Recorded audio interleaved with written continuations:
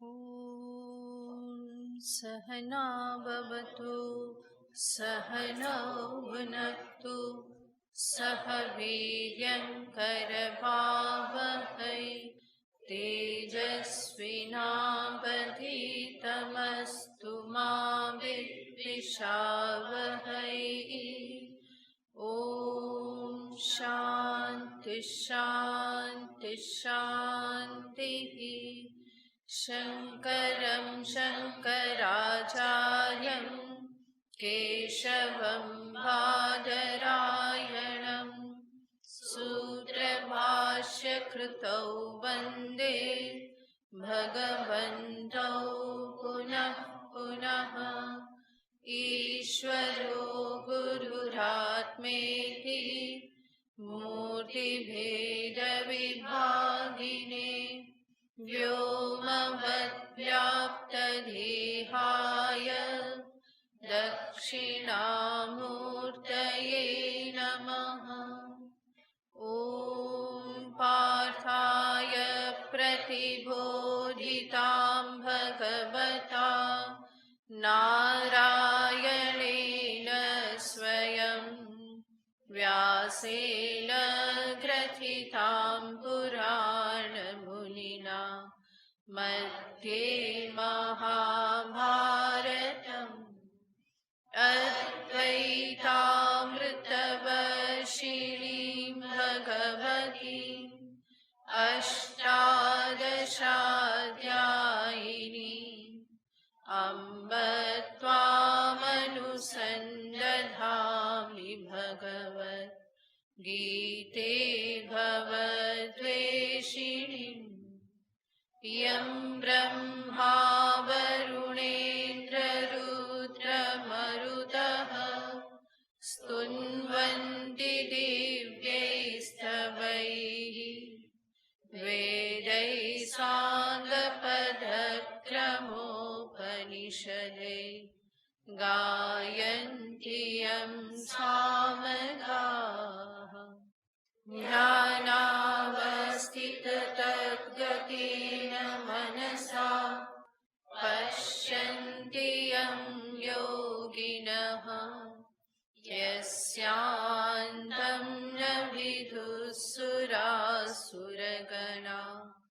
देवाय तस्मै नमः।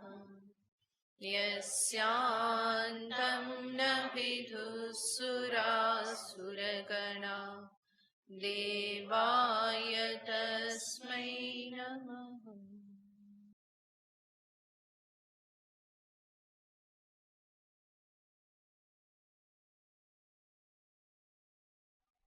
40वां श्लोक। श्री भगवानुवाच न तदस्ति पृथिव्यां वा दिवि देवेषु वा पुनः सत्त्वं प्रकृतिजैर्मुक्तं यदेभिः स्यात् त्रिभिर्गुणैः ब्राह्मणक्षत्रियविशां शूद्राणां च परन्तप कर्माणि प्रविभक्तानि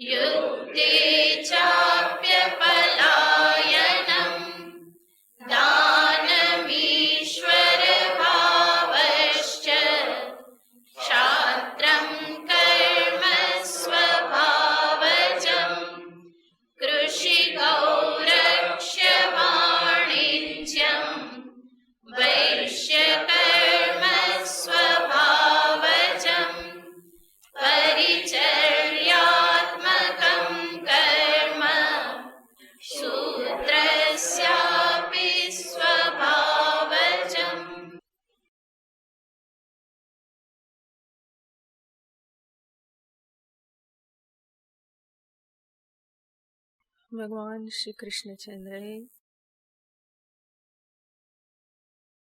18મા અધ્યાયમાં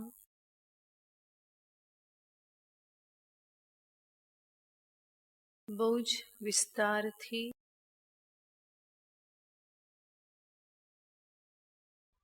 કેટલીક વસ્તુઓના સંદર્ભમાં, ગુણોના સ્વભાવના સંદર્ભમાં સાત્વિક, રાજસિક, તામસિક એવા ભેદને દર્શાવ્યા.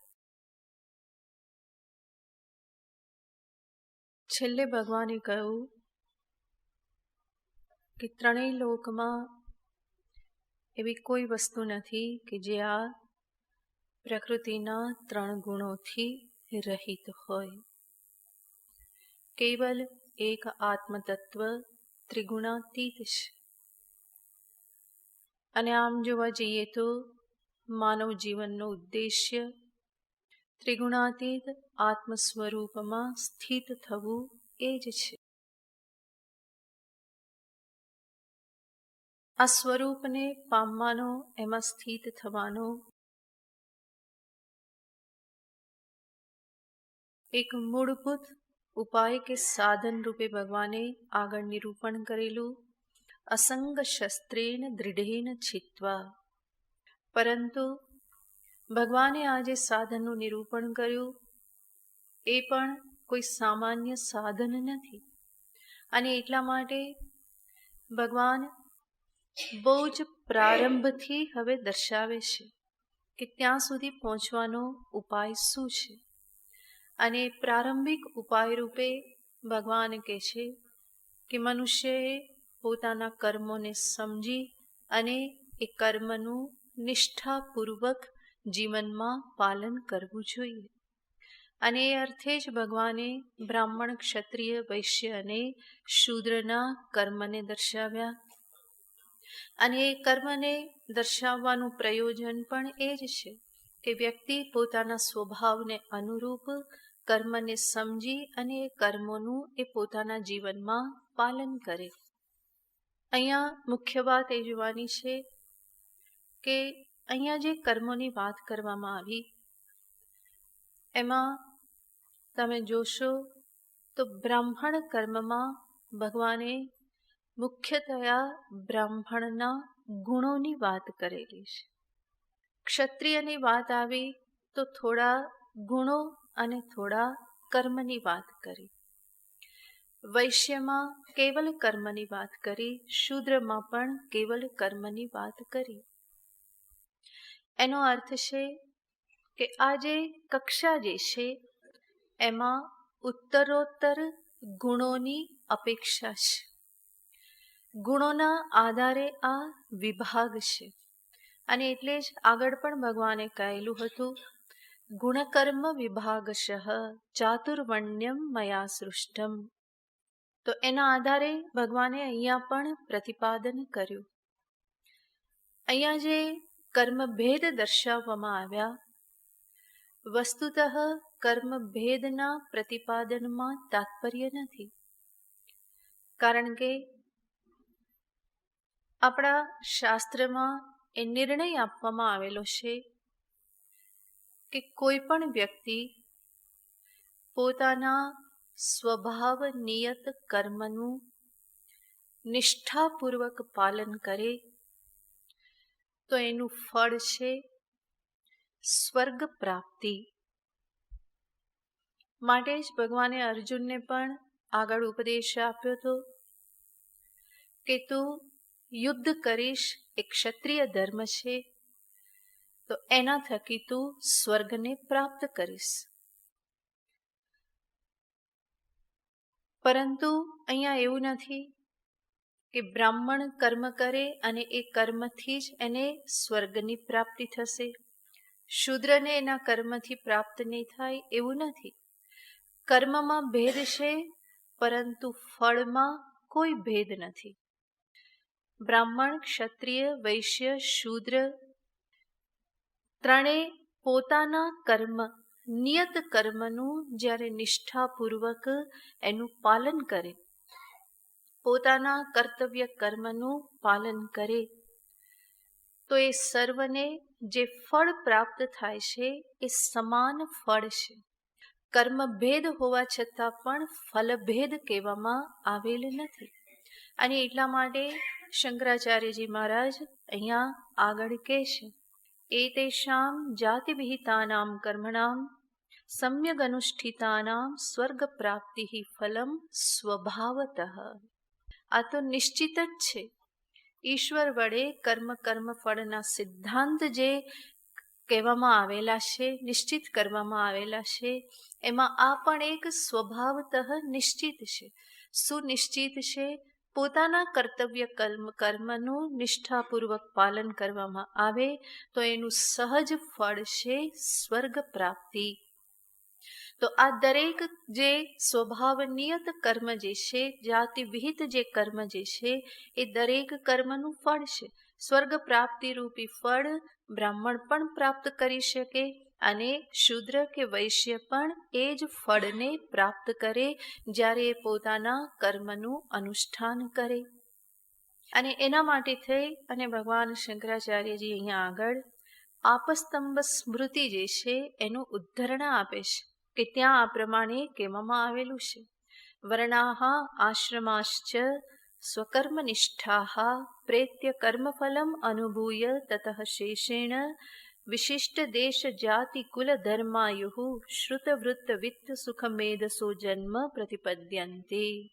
આપસ્તંભ સ્મૃતિનું આ વચન છે જેમાં કહેવામાં આવ્યું કે જે પણ વર્ણ આશ્રમ વિહિત જે કર્મ જે છે એમાં સ્વકર્મ નિષ્ઠા પોતાના કર્મમાં નિષ્ઠ યાની પોતાના માટે નિશ્ચિત એવું જે કર્મ છે એનું જ્યારે એ નિષ્ઠાપૂર્વક પાલન કરે તો પ્રેત્ય યાને મૃત્યુ પછી પોતાના કર્મના ફળને અનુભૂય સ્વર્ગમાં પોતાના કર્મફળને, સ્વર્ગ પ્રાપ્તિ જ ફળ છે, તો ત્યાં કર્મફળને અનુભૂય કર્મફળનો ભોગ કરીને તતઃ શેષેણ એમાં જે પણ શેષ પુણ્ય રહ્યા એના થકી એ આગળનો જન્મ વિશિષ્ટ જન્મ પ્રાપ્ત કરે છે. કેવો? વિશિષ્ટ દેશ જાતિ કુલ ધર્માયુ. વિશિષ્ટ દેશમાં, કાલમાં, જાતિમાં, કુલમાં, ધર્મયુક્ત એવા કુલમાં આયુષ્ય જે આયુષ્ય પણ યોગ્ય ધારણ કરે છે. શ્રુત વૃત્ત વિત્ત સુખ મેદસઃ. શ્રુત યાને જે વિદ્યા પ્રાપ્ત કરે છે, શ્રવણથી વિદ્યા પ્રાપ્ત થાય છે. શ્રુત વૃત્ત, વૃત્ત યાને વ્યવહાર આચરણ જેનું સારું છે.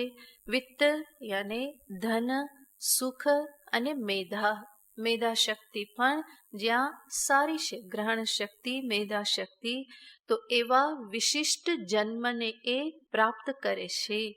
તો પોતે કરેલા કર્મના ફળ સ્વરૂપે સ્વર્ગના ભોગ ભોગવી અને એ જ પુણ્ય કર્મ કે જે એના શેષ રહેલા છે એના આધારે એ આગળ આવો વિશિષ્ટ સારો જન્મ પ્રાપ્ત કરે છે. આના પરથી આપણને ખ્યાલ આવે છે કે મનુષ્યની પ્રગતિનો આધાર શેના પર છે? એને કરેલા કર્મ ઉપર છે. અને એટલા માટે જ કહેવામાં આવે કર્મ સુધારો તો ભવિષ્ય સુધરે. કર્મ એવા ને એવા જ તો ભવિષ્ય પણ એવું કે વધારે અંધકારમય રહેવાનું. તો બધી પ્રગતિનો આધાર કર્મ પર છે, ત્યાંથી જ પ્રારંભ થાય છે.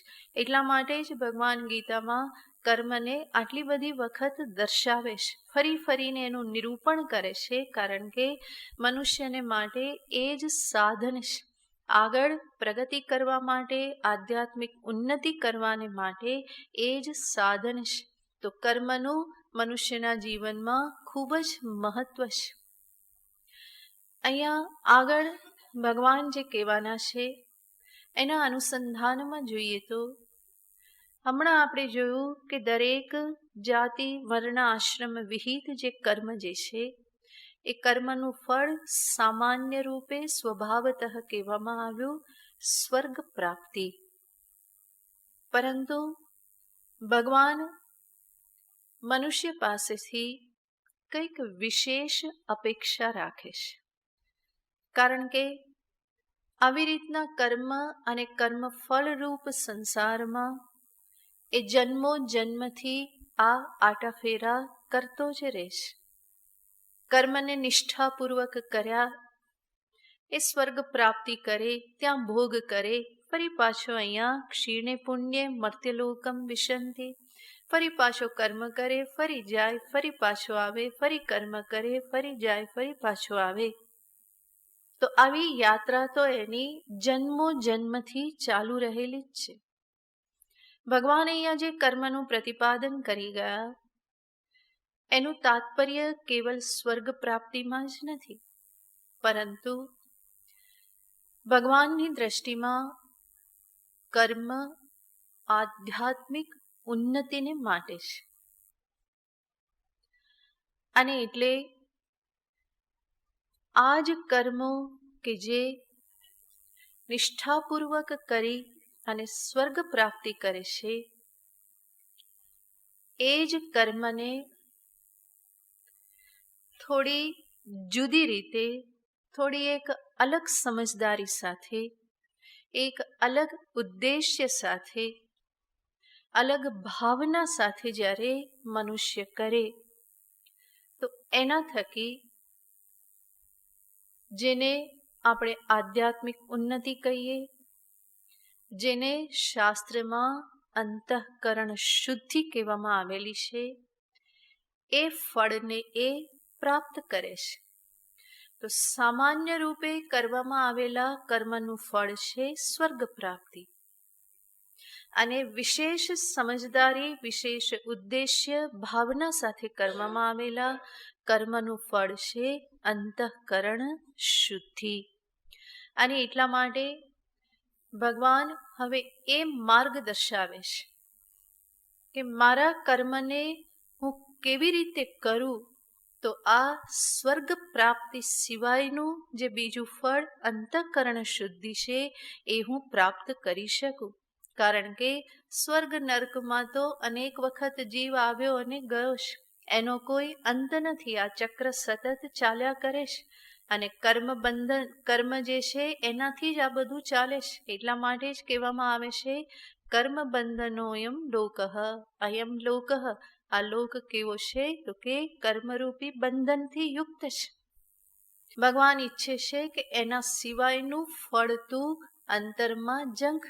સ્વર્ગ પ્રાપ્તિ એના ભોગ અનેક વખત ભોગવી લીધા, પરંતુ હવે અંતર તરફ તું થોડું ધ્યાન રાખ, એને શુદ્ધ કર કે જેથી કરીને તું ત્રિગુણાતીતના પથ પર આગળ વધી શકે. તો એ જે કર્મનું ફળ કે અંતઃકરણ શુદ્ધિ એ કેવી રીતે પ્રાપ્ત થઈ શકે એને ભગવાન આગળના શ્લોકમાં કહે છે. સ્વે સ્વે કર્મણ્યવિરતઃ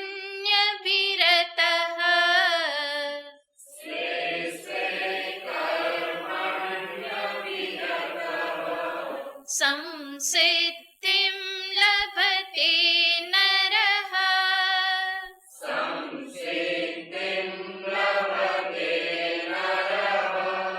સ્વકર્મનિરતઃ સિદ્ધિં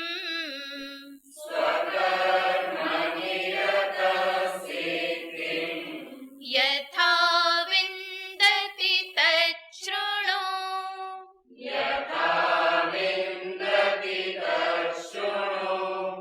સ્વે સ્વે કર્મણ્યવિરતઃ સંસિદ્ધિં લભતે નરઃ સ્વકર્મનિરતઃ સિદ્ધિં યથા વિંદતિ તચ્છૃણુ. સ્વે સ્વે કર્મણિ અભિરતઃ નરઃ સંસિદ્ધિં લભતે. પોતપોતાના કર્મમાં અભિરતઃ, અભિરતઃ યાને તત્પરઃ, એવો નરઃ મનુષ્ય સંસિદ્ધિં લભતે, સંસિદ્ધિને પ્રાપ્ત કરે છે. સ્વકર્મ નિરતઃ સિદ્ધિમ યથા વિંદતી તચ્છૃણુ. પોતાના કર્મમાં તત્પર નિષ્ઠ એ વ્યક્તિ યથા સિદ્ધિમ વિંદતી તચ્છૃણુ, જે પ્રકારે એ સિદ્ધિને પ્રાપ્ત કરે છે એને તું સાંભળ. તો અહીંયા કહે છે સ્વે સ્વે કર્મણી અભિરતઃ, પોતપોતાના કર્તવ્ય કર્મમાં અભિરત, એમાં રત યાને તત્પર એવો મનુષ્ય સમસિદ્ધિને પ્રાપ્ત કરે છે. સમસિદ્ધિ, સમ્યક સિદ્ધિ, સિદ્ધિ શબ્દનો અર્થ અહીંયા થાય છે શુદ્ધિ રૂપી સિદ્ધિ, અંતઃકરણની શુદ્ધિ રૂપી સિદ્ધિ.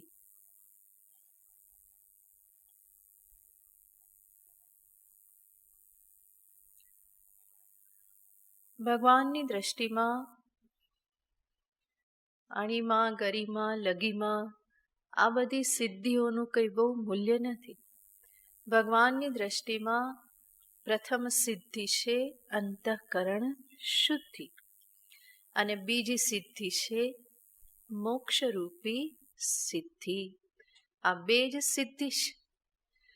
અહીંયા ભગવાન એ અંતઃકરણ શુદ્ધિને જ સિદ્ધિ શબ્દથી દર્શાવે છે. અને શુદ્ધિ એટલે શું? અનેક વખત આપણે જોયેલું છે, અંતરમાં અનુભવાતા આવેશોની ક્ષીણતા. કામ, ક્રોધ, લોભ, મદ, મોહ, માત્સર્ય આ બધા આવેશ છે. ષટ દોષ કહેવામાં આવે છે. અને આ બધાનો આવેશ જ આવતો હોય છે. કામાવેશ, ક્રોધાવેશ, લોભાવેશ, મદનો આવેશ, ઈર્ષાનો આવેશ. તો આ બધા આવેશ છે. અને આવેશ યાને એવી સ્થિતિ કે જ્યાં મનુષ્ય ભાન ખોઈ બેસે છે. બેભાન થઈ જાય છે. અને જે અવસ્થામાં એને સારા ખરાબનો, સાચા ખોટાનો વિવેક રહેતો નથી. આવા આવેશો અંતરમાં વારંવાર ઉઠતા રહે એને જ કહેવામાં આવે છે મનની અશુદ્ધિ. અને આ આવેશોનું ક્ષીણ થવું, એ ધીમે ધીમે ક્ષીણ ઓછા થતા જાય તો એને કહેવાય કે હું શુદ્ધિના માર્ગે આગળ વધી રહ્યો છું. ભગવાન આ જ શુદ્ધિની અહીંયા વાત કરે છે. અને એ શુદ્ધિ કેવી રીતે? કર્મો થકી. કર્મ કે જે મનુષ્યને પ્રાપ્ત થયેલું એક મહાન સાધન છે. ઈશ્વર તરફથી આ કર્મ શક્તિ પ્રાપ્ત થયેલી છે. અને એનો મારે યથાયોગ્ય ઉપયોગ કરતા શીખવાનું છે. જો હું એ યથાયોગ્ય ઉપયોગ આ કર્મરૂપી સાધનનો ન કરું તો મને આધ્યાત્મિક ઉન્નતિમાં કોઈ સહાય ના કરી શકે. કારણ કે પ્રારંભ જ ત્યાંથી કરવાનો છે. કર્મના સુધારથી જ આધ્યાત્મિક સાધનાનો પ્રારંભ થાય છે. અને ભગવાન અહીંયા એ જ દર્શાવે છે. તો કર્મ એ મહાન સાધન છે. ભગવાન આધ્યાત્મિક સાધનાને એટલી સરળ બનાવી દેશે કર્મોથી એનો પ્રારંભ કરાવીને. કારણ કે મનુષ્ય કર્મ કરી જ રહેલો છે. કર્મ બદલવાની જરૂર નથી. જે કરી રહ્યો છે એના પ્રત્યેની દ્રષ્ટિ બદલવાની છે. એના પ્રત્યે જે પણ અંતરમાં ભાવના, ઉદ્દેશ્ય જે છે એમાં પરિવર્તન લાવવાનું છે. ભાવનામાં પરિવર્તન લાવવાનું છે. તો ભગવાન અહીંયા કહેશે કે સ્વકર્મ નિરતઃ, પોતાના કર્મમાં નિષ્ઠ એવો મનુષ્ય, યથા સિદ્ધિમ વિંદતિ તચ્છૃણુ, કેવળ પોતાના કર્મનું અનુષ્ઠાન કરવાથી, પાલન કરવા માત્રથી આ સિદ્ધિ પ્રાપ્ત થઈ જતી નથી. આગળ જ આપણે જોયું કે એનું ફળ તો શું છે? સ્વર્ગ પ્રાપ્તિ એ ફળ છે. પણ ભગવાન અહીંયા જે શુદ્ધિરૂપી સિદ્ધિની વાત કરે છે એ કેવલ કર્મ અનુષ્ઠાનથી એ પ્રાપ્ત થતી નથી. વર્ણાશ્રમ ધર્મ કર્મનું અનુષ્ઠાન કરવા માત્રથી એ સિદ્ધિ પ્રાપ્ત થતી નથી. માટે ભગવાન અહીંયા કહેશે યથા વિંદતિ, એના માટેની એક ચોક્કસ પ્રક્રિયા છે. એ કેવી રીતે શુદ્ધિને પ્રાપ્ત કરે છે, કેવી પ્રક્રિયા થકી કર્મોમાં કેવી રીતનું પરિવર્તન લાવવાથી એ સિદ્ધિને પ્રાપ્ત કરે છે, એ આખી પ્રક્રિયાને ભગવાન અહીંયા દર્શાવે છે. અંતઃકરણ શુદ્ધિ રૂપી સિદ્ધિ એનો અર્થ છે જે મને જ્ઞાન નિષ્ઠા પ્રાપ્તિની યોગ્યતા પ્રદાન કરે છે. આ શુદ્ધિ એ જ્ઞાન માટેની યોગ્યતા છે. અને એ યોગ્યતા રૂપી જે સિદ્ધિ જે છે એ કેવલ કર્મ જે પ્રમાણે હું યથાપૂર્વ કરતો આવેલો છું એ પ્રમાણે જ કરતો રહું તો એટલા માત્રથી પ્રાપ્ત નથી થવાની, પરંતુ એ કર્મ કરવાની એક ચોક્કસ પ્રક્રિયા છે, ભાવના છે. એના સહિત જ્યારે એ કરવામાં આવે તો એ કર્મ મને શુદ્ધિ પ્રદાન કરે, એ કર્મ મને આત્મજ્ઞાન માટેની યોગ્યતા, લાયકાત એ મને પ્રદાન કરે. તો એ જે આખી પ્રક્રિયા જે છે એને ભગવાન આગળના શ્લોકમાં દર્શાવે છે. યતઃ પ્રવૃત્તિર્ભૂતાનાં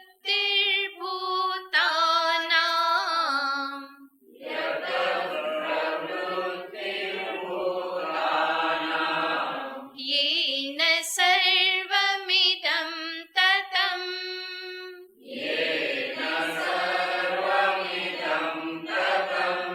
સ્વકર્મણા તમભ્યર્ચ્ય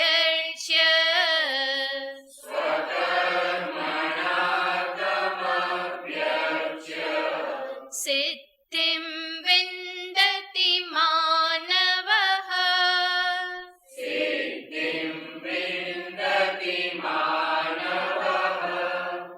યતઃ પ્રવૃત્તિર્ભૂતાનાં યેન સર્વમિદં તતં સ્વકર્મણા તમભ્યર્ચ્ય સિદ્ધિં વિંદતિ માનવઃ.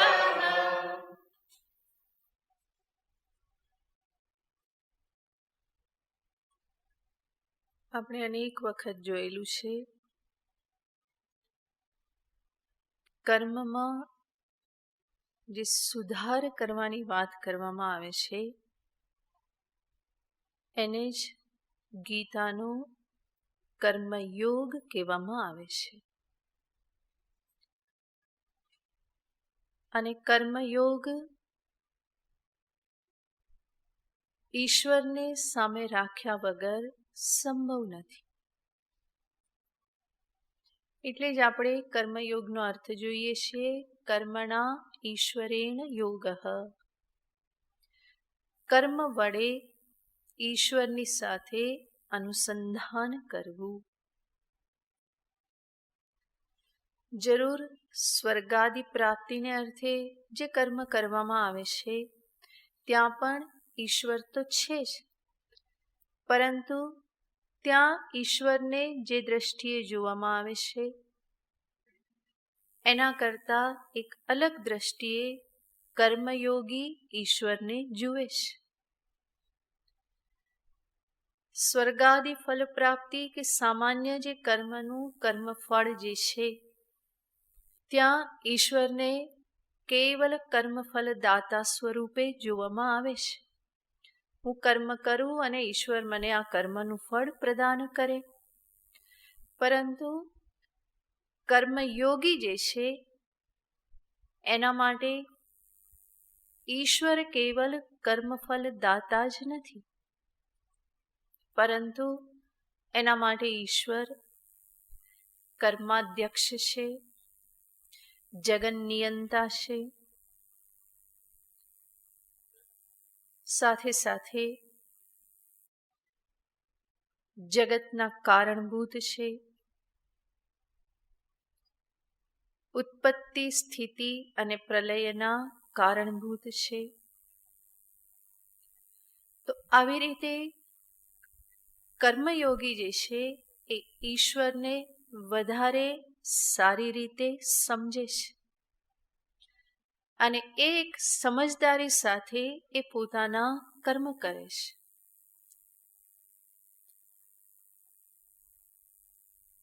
અને એટલા માટે ભગવાન અહીંયા આ શ્લોકની પ્રથમ પંક્તિમાં ઈશ્વરનું નિરૂપણ કરે છે અને દ્વિતીય પંક્તિમાં કહે છે એ ઈશ્વરને પોતાના કર્મ વડે અભ્યર્ચ્ય, સ્વકર્મણા તમ અભ્યર્ચ્ય, પોતાના કર્મો વડે તે ઈશ્વરની અભ્યર્ચના, અર્ચના કરીને, પૂજન કરીને માનવઃ સિદ્ધિમ વિંદતિ, તે ઈશ્વરની અભ્યર્ચના કરીને, તે ઈશ્વર એટલે કયા ઈશ્વર? તો એનો જવાબ ભગવાને પ્રથમ પંક્તિમાં આપ્યો છે. ઈશ્વર એટલે કોણ? ભગવાન કહેશે યતઃ પ્રવૃત્તિર્ભૂતાનામ, જેના થકી સર્વભૂતોની ઉત્પત્તિ છે, પ્રવૃત્તિ છે. અને બીજું ભગવાન કહેશે યેન ઇદમ સર્વમ તતમ, જેના વડે ઇદમ સર્વમ જગત, આ આખું જગત વ્યાપ્ત છે. તો ઈશ્વર માટે ભગવાન અહીંયા બે બાબત દર્શાવે છે.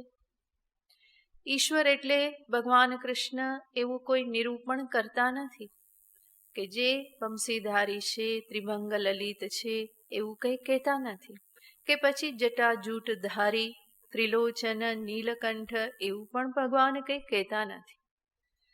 પરંતુ ઈશ્વર તત્વનું નિરૂપણ ભગવાન ઉપનિષદમાં જે પ્રમાણે કરવામાં આવેલું છે એ જ નિરૂપણ ભગવાન કરે છે. ઉપનિષદ કહેશે યતો વા ઇમાની ભૂતાની જાયન્તે, યેન જાતાની જીવંતી, યત પ્રયંત્ય વિષમ વિશંતિ, જેમાંથી આ જગત ઉત્પન્ન થાય છે, જેમાં આ જગત સ્થિત રહેશે અને જેમાં આ જગતનો ફરી પ્રલય થાય છે, જગત જેમાં પ્રવેશી જાય છે, એને ઉપનિષદ ઈશ્વર કહે છે. ભગવાન અહીંયા એ જ લક્ષણ સામે રાખીને કહે છે યતઃ ભૂતાનામ પ્રવૃત્તિ. પ્રવૃત્તિ શબ્દનો અર્થ ભગવાન શંકરાચાર્યજી પ્રવૃત્તિ શબ્દનો અર્થ કહેશે ઉત્પત્તિ, જેમાંથી સર્વ ભૂતાનામ યાને પ્રાણીનામ, દેહધારિણામ, પ્રાણધારિણામ, જીવાનામ, આ બધા શબ્દનો અર્થ એક જ થાય છે. સર્વ ભૂતોની, ભવંતીતિ ભૂતાની, જેનો જન્મ થાય છે, ઉત્પન્ન થાય છે, એને કહેવાય ભૂત. કે છે સર્વ પ્રાણીઓની ઉત્પત્તિ જેમાંથી થયેલી છે. પ્રવૃત્તિ શબ્દનો બીજો અર્થ ભાષ્યકાર આપે છે ચેષ્ટા. સર્વભૂતાનામ ચેષ્ટા યતઃ, સર્વ જીવોની, પ્રાણીઓની ચેષ્ટા જેના થકી થાય છે, જેના કારણે થાય છે. યાને જેના કારણે આ શરીર સર્વ ચેષ્ટા કરે છે, જેના કારણે આંખ જુએ છે, કાન સાંભળે છે, પગ ચાલે છે, હાથ ગ્રહણ કરે છે, જીભ રસ ગ્રહણ કરે છે. આ બધી પ્રવૃત્તિ, ગ્રહણ, ગમન, વદન, કથન, આ બધી પ્રવૃત્તિ પણ જેના થકી થાય છે. ભૂતાનામ ચેષ્ટા યતઃ, જેના કારણે છે. આ એક લક્ષણ આપ્યું, જેના થકી ઉત્પત્તિ છે, જેના કારણે ચેષ્ટા છે. અને બીજું કે છે યેન સર્વમિદમ તતમ, જેના વડે ઇદમ સર્વમ જગત તતમ યાને વ્યાપ્તમ,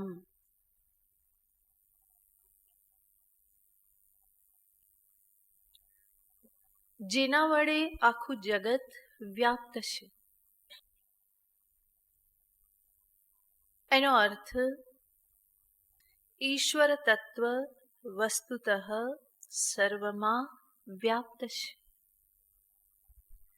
કેવલ મંદિરમાં જ ઈશ્વર છે એવું નથી, એ ઈશ્વરની એક અભિવ્યક્તિ છે.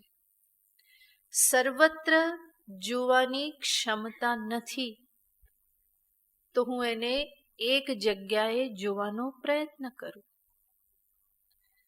અને ત્યાંથી હું એની પૂજન અર્ચન આ બધાનો પ્રારંભ કરું. જેવી રીતે સમસ્ત સમુદ્રની આપણે પૂજા ના કરી શકીએ, પરંતુ એક જે મોજું આવી રહ્યું છે, એક તરંગ આવે તો એના થકી સમુદ્રની પૂજા થાય છે. એવી જ રીતે સકલ જગતમાં હું ઈશ્વરના દર્શન ન કરી શકું તો કમસે કમ મંદિરમાં જે વિગ્રહ છે એમાં હું ઈશ્વરનું આવાહન કરી અને એમાં હું એના દર્શન કરવાનો પ્રયત્ન કરું. પરંતુ ત્યાં ધ્યાન એ જ રાખવાનું છે કે મારા ઈશ્વર કેવલ એટલામાં જ સીમિત ના થઈ જાય, એવી બુદ્ધિ ના બની જાય કે ઈશ્વર કેવળ અહીંયા જ છે, બીજે ક્યાંય નથી. એવી બુદ્ધિ બને તો એ તો વિપરીત બુદ્ધિ બની કહેવાય. બલકી ત્યાં ઈશ્વર બુદ્ધિ કરી તો પછી ધીમે ધીમે ઈશ્વર બુદ્ધિનો વિસ્તાર થવો જોઈએ. ભગવાન એ જ ઈચ્છે છે. અને ક્યાં સુધી પહોંચવાનું છે? ઇદમ સર્વમ જગત તતમ, આખું જગત એના વડે વ્યાપ્ત છે. વાસુદેવ સર્વમિતિ, આ બધું જ વાસુદેવ છે. સિયારામમય સબ જગ જાની, કેવલ એક જગ્યાએ સિયારામ નહીં, પરંતુ ક્યાં જોવા ઈચ્છે છે? તુલસીદાસજી શું કહે છે? આખા જગતને સીતારામમય હું જોઉં. તો આ ભક્તની દ્રષ્ટિ છે અને ભગવાન એ દ્રષ્ટિ સુધી જ પહોંચાડવા માંગે છે કે ઈશ્વર યાને આ ઈશ્વર છે, જેમાંથી આ બધું ઉત્પન્ન થાય છે, જેના થકી સર્વ ચેષ્ટા સંભવ છે અને જે સર્વ જગતમાં જડ ચેતનના કણે કણમાં જે વ્યાપ્ત છે, એવા ઈશ્વરને તમ અભ્યર્ચ્ય, કેવી રીતે? સ્વકર્મણા, પોતાના કર્મ વડે એની અર્ચના કરીને. અહીંયા જરૂર આપણે આગળનું ભગવાનનું કીધેલું વચન યાદ કરવું જોઈએ. ભગવાને કહેલું છે યત કરોષી યદસ્નાસી યજ્જુહોસી દદાસી યત યત પશ્યસી કૌંતેય તત્કુરુષ્વ મદર્પણમ. અહીંયા કહે છે તમ અભ્યર્ચ, એ ઈશ્વરની અર્ચના કરીને યાને તમારા કર્મ એને અર્પણ કરો. અને આગળ શું કીધું? મદર્પણમ કુરુ, મને અર્પણ કરો. તો હવે કરવું શું? કોને કરીશું?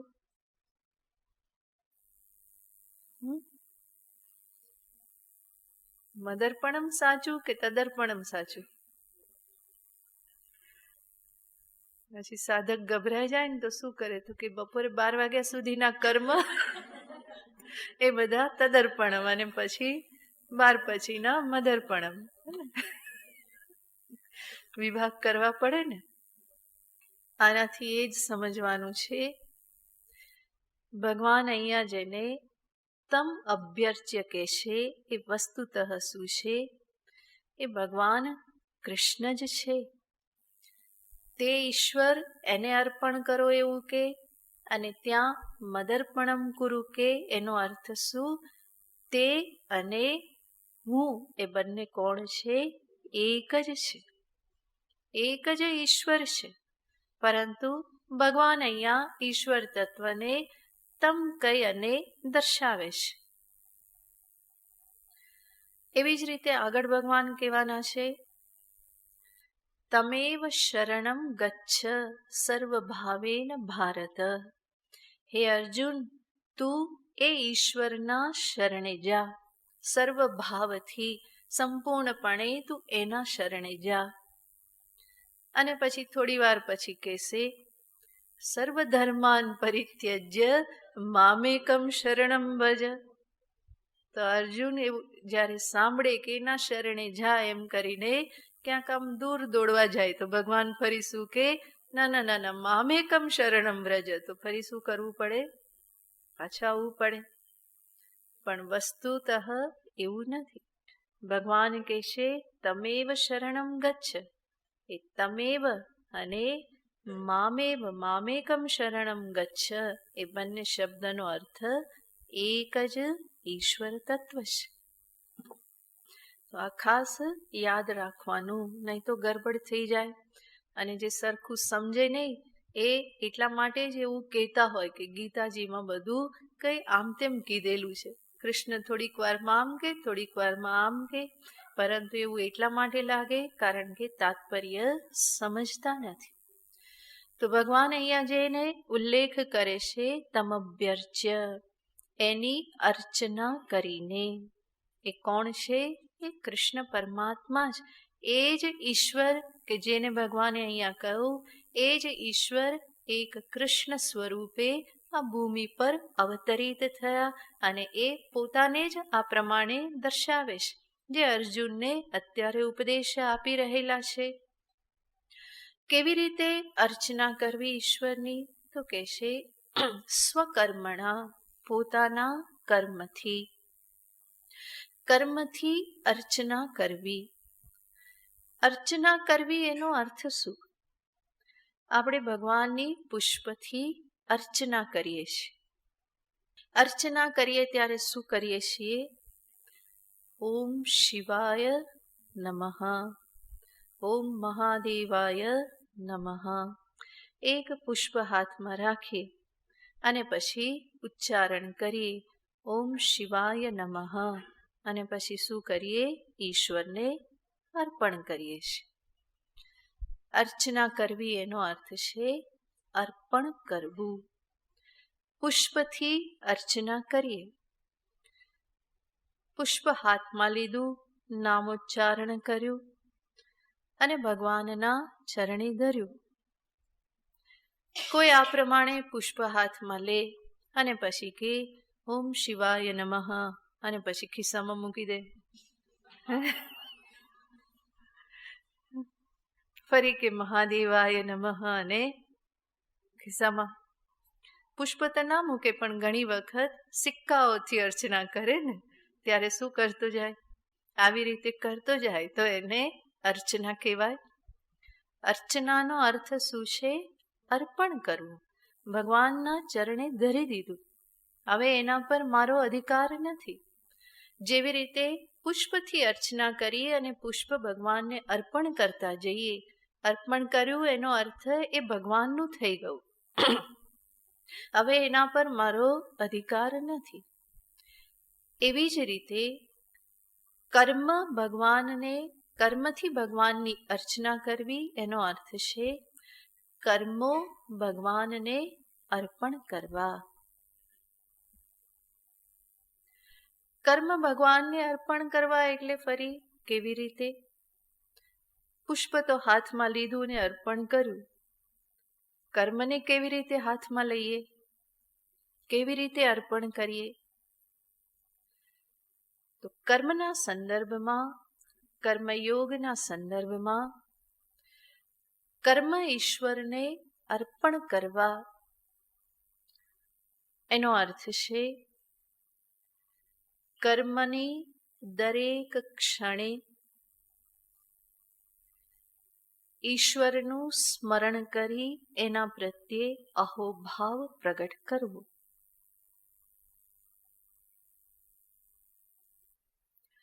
કર્મ કરતા પહેલા પ્રભુનું સ્મરણ.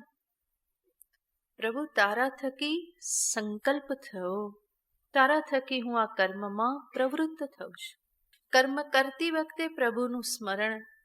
હે પ્રભુ, આપની જ આપેલી શક્તિ વડે હું આ કર્મ કરી રહેલો છું. કર્મ પૂર્ણ થાય, પ્રભુનું સ્મરણ. પ્રભુ, આપની કૃપાથી આ કર્મ પૂર્ણ થયું, સંપન્ન થયું.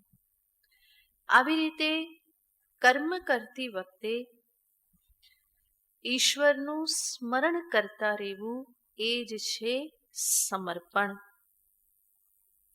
સ્મરણ એ જ સમર્પણ.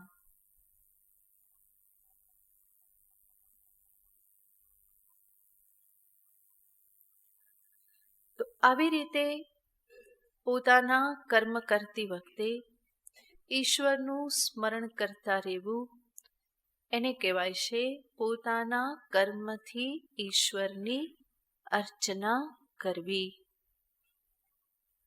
અને આવી રીતે જે કર્મ થાય એ કેવા કર્મ હોય, એના અનુસંધાનમાં જોઈએ તો સર્વપ્રથમ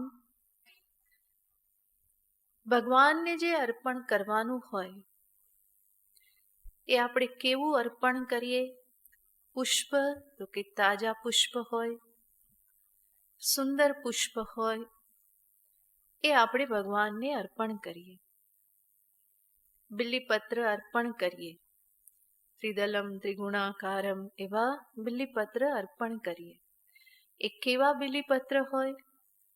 તાજા હોય, ત્રિદલ હોય, ખંડિત ન હોય, વાસી ન હોય, એવા બિલ્વપત્ર આપણે પ્રભુને અર્પણ કરીએ છીએ. એવી જ રીતે મારું કર્મ પણ કેવું હોવું જોઈએ? તો કે અખંડ કર્મ. અખંડ કર્મનો અર્થ છે સારામાં સારી રીતે કરેલું કર્મ. પ્રમાદ રહિત થઈ અને સારામાં સારી રીતે કરેલું કર્મ. હું મારા કર્મમાં પ્રમાદ ન કરું, વેઠ ન ઉતારું, કરવા ખાતર ન કરું, પરંતુ અમારે પ્રભુને અર્પણ કરવાનું છે અને એટલા માટે હું સારામાં સારી રીતે એ કર્મ કરું.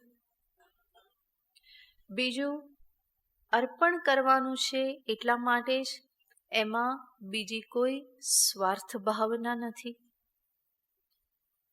નિષ્કામ ભાવે થાય છે.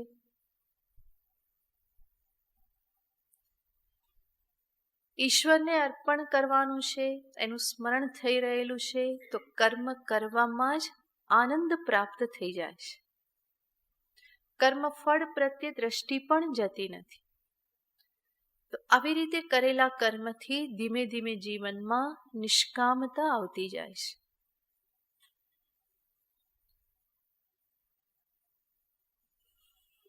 અને ત્રીજું, ઈશ્વરની મહાનતાનું સતત સ્મરણ, અહોભાવ છે અંતરમાં.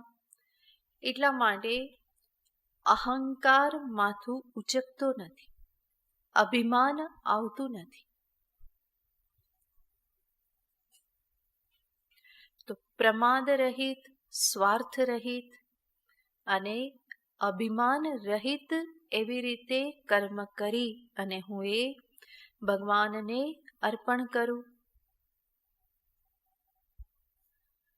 તો એને ભગવાન કહેશે સ્વકર્મણા તમભ્યર્ચ્ય સિદ્ધિમ વિંદતિ માનવઃ.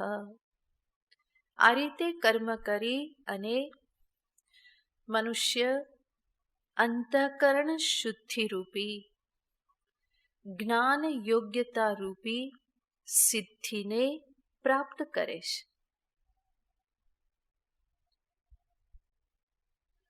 જે ફરી ફરીને ઈશ્વરનું સ્મરણ કરે છે, કારણ કે જાણે છે કે ઈશ્વર થકી જ આ સર્વ ચેષ્ટા થઈ રહેલી છે. ઈશ્વર જગતના કણકણમાં વ્યાપ્ત છે. વસ્તુતઃ હું કરું એવું જે મને લાગે છે ત્યાં હકીકતમાં કોણ કરે છે? ઈશ્વર જ કરે છે. હું તો નિમિત્ત માત્ર છું. એ જ કરનાર છે, કરાવનાર છે. આવા પ્રકારની ભાવના સતત અંતરમાં રહે છે, જેના માટે સમસ્ત જગત ઈશ્વરની અભિવ્યક્તિ છે. એવો આ કર્મયોગી ભક્ત એ પોતાના કર્મને ઈશ્વર અર્પણ કરી અને આવી મહાન સિદ્ધિને પ્રાપ્ત કરે છે.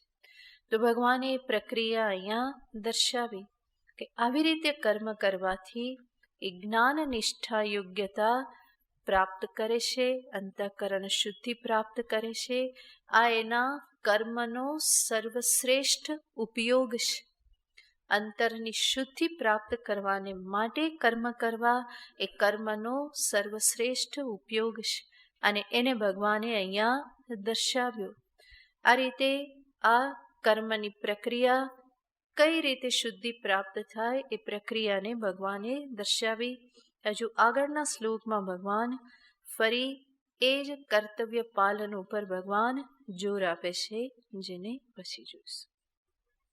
ઓમ પૂર્ણમદ પૂર્ણમિદં પૂર્ણાત પૂર્ણમુદચ્યતે પૂર્ણસ્ય પૂર્ણમાદાય પૂર્ણમેવાવશિષ્યતે.